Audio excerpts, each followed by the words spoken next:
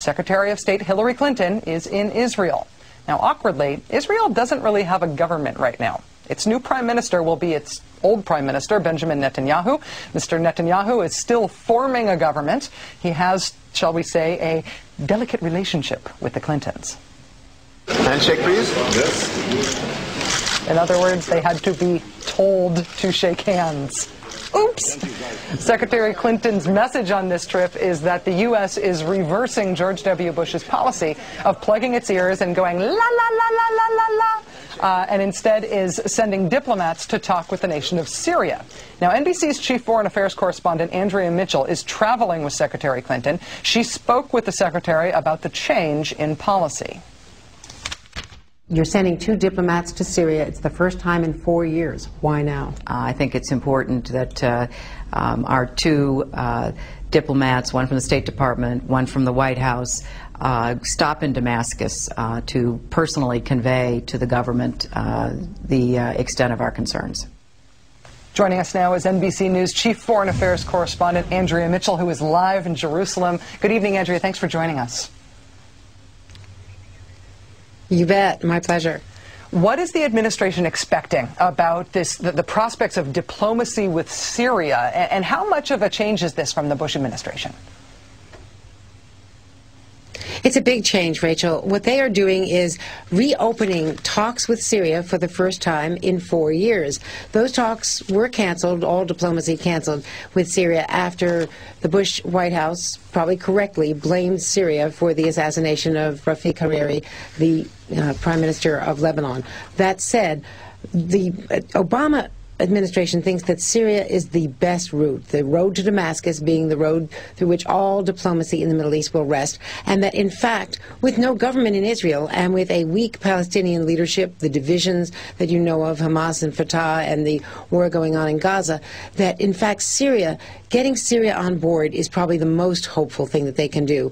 And John Kerry was there last week sort of working on this, making it sort of easing the way with Bashir Assad, the president of Syria, and now they're taking the next step, and it's a really significant one. What is it like traveling with Secretary Clinton in Israel and in the Middle East right now? If the Middle East, if the Israeli-Palestinian conflict is potentially ever going to get resolved, this might be one of the best chances ever at the start of the Obama administration. But how's she being received in Israel? Well, they love her in Israel because she is a Clinton. And you know how Bill Clinton had this very, very close relationship with Rabin, who he really revered almost as a father figure. Clinton is very popular here. Hillary Clinton, very popular here. They came here together for the Saban Forum in 2005 with Chelsea. They spent a lot of time here over the years. And so she's being very, very well received.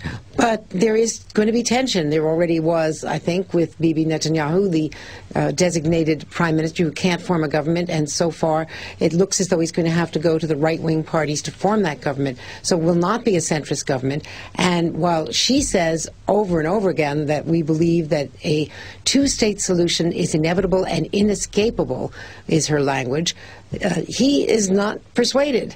So while the Netanyahu government might have back-channel talks with Syria, they have before, it is going to be really pulling and, dragging him over the finish line here, if there is going to be a finish line. And his government may not last that long because the Israeli people really are more in line with what the U.S. wants right now than presumably what Netanyahu wants. They do want an end to this. People are just weary of it. Andrea, for so long we've thought about the center of the potential resolution between the West and the Middle East, the whole relationship between the West and the Muslim world. We thought of the center of gravity there as being the Israel-Palestinian conflict. I wonder if you sense that the Obama administration still views the center of gravity in the Muslim world as Israel and Palestine, or is it possibly the crisis in South Asia, the crisis in Pakistan, that's starting to really rise in terms of importance, in terms of what the Muslim world is paying attention to and what our relationship is with Muslims around the world? Oh, I think it's definitely AFPAC, with the way they would call it. It's Richard Holbrooke's agenda. It's that part of the world. It's nuclear. It is on a hair trigger, and we saw in Lahore today exactly how little control there is over civil society, over law and order in Pakistan, the rise of the Taliban, the fact that they're sending more troops to Afghanistan, and even though, you know, we're talking about a very small number of troops for a country the size of Afghanistan, a mission yet to be determined. That is the key to it all.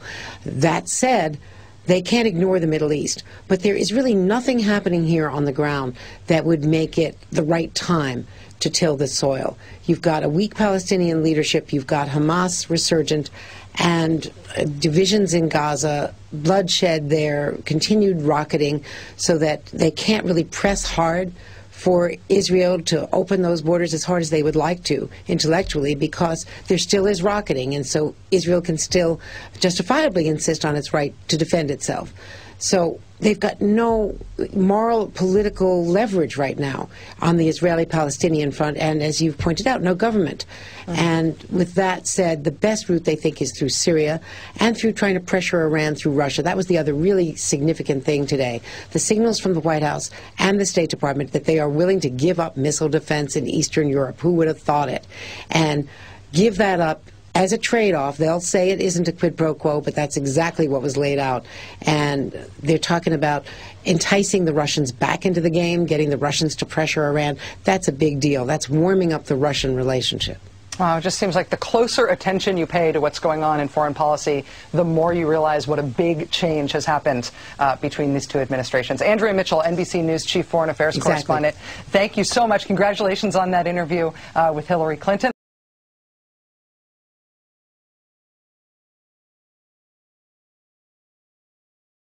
Well, you know, that's a good headline too, isn't it? It's a good headline, but I mean, it's a great headline. Listen, Joe, we'll give you Kansas, we'll take Ohio, Obama. Joe, you can do backflips to come up with a spin for any of these things, but the fact remains that the Clinton campaign has had to pull rabbits out of hats in order to explain why they are still in the race and why they are not dropping out if it's going to hurt the Democratic chance in November.